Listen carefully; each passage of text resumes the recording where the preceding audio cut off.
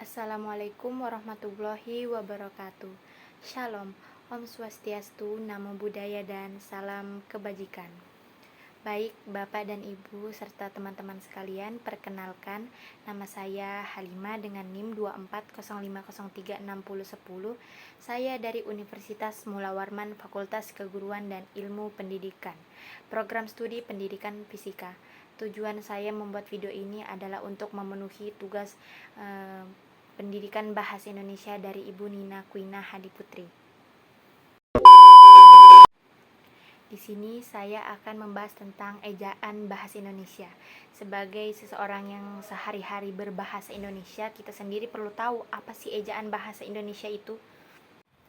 Sini saya akan memulai tentang bahasa merupakan salah satu milik manusia yang tidak pernah lepas dari segala kegiatan dan gerak manusia. Sebagai makhluk yang berbudaya dan bermasyarakat, tidak ada kegiatan manusia yang tidak disertai dengan bahasa. Jadi, setiap kita melakukan sesuatu selalu menyangkut pautkan dengan bahasa. Tidak mungkin kita tidak berbahasa dalam berkomunikasi, dalam melakukan aktivitas sehari-hari. A few moments later.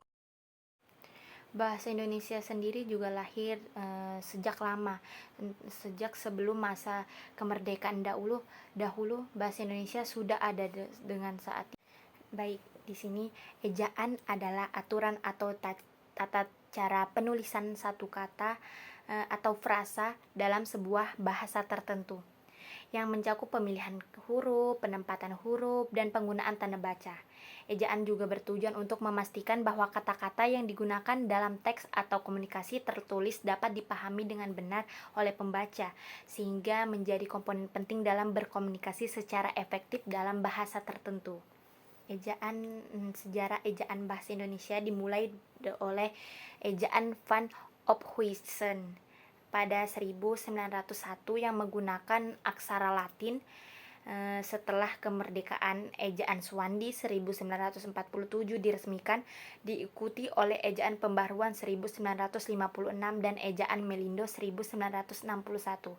Pada 1972, ejaan yang disempurnakan atau EYD diperkenalkan dan berlaku hingga 2015. Mengatur berbagai kaidah penulisan saat ini, ejaan bahasa Indonesia atau EBI yang disahkan pada 2015 menyempurnakan EYD dengan penambahan diftona dengan aturan baru.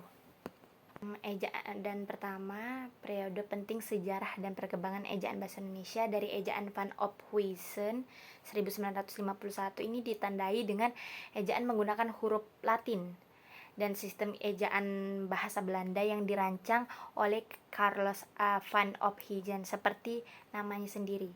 Yang kedua, ejaan Swandi 1947 sampai 1956.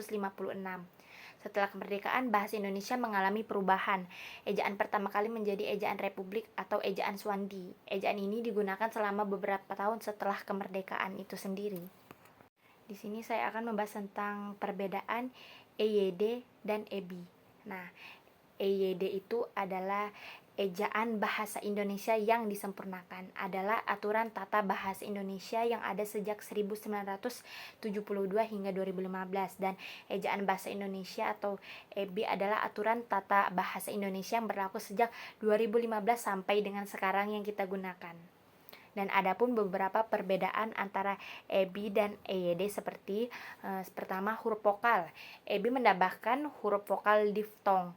Ada 2 huruf vokal yang diucapkan sekaligus seperti sedangkan EYD hanya memiliki AI, AU, dan AO. Yang kedua, huruf kapital. EBI menggunakan huruf kapital sebagai huruf pertama unsur nama orang, termasuk julukan, sedangkan EYD hanya menggunakannya untuk penulisan nama orang saja.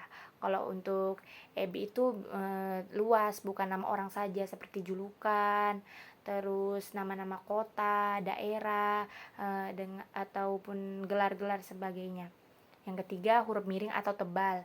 EYD hanya menggunakan huruf miring untuk menunjukkan huruf, bagian kata, atau kelompok kata tertentu. Ejaan bahasa Indonesia telah mengalami banyak perubahan serta perkembangan sejak pertama kali diperkenalkan. Dengan memahami sejarah dan perkembangan ejaan serta pentingnya penerapan ejaan yang benar, kita dapat menjaga integritas bahasa Indonesia itu sendiri. Dan tibalah kita di penghujung penjelasan saya. Sebelumnya saya mengucapkan banyak-banyak terima kasih. Wassalamualaikum warahmatullahi wabarakatuh. Audio Jungle.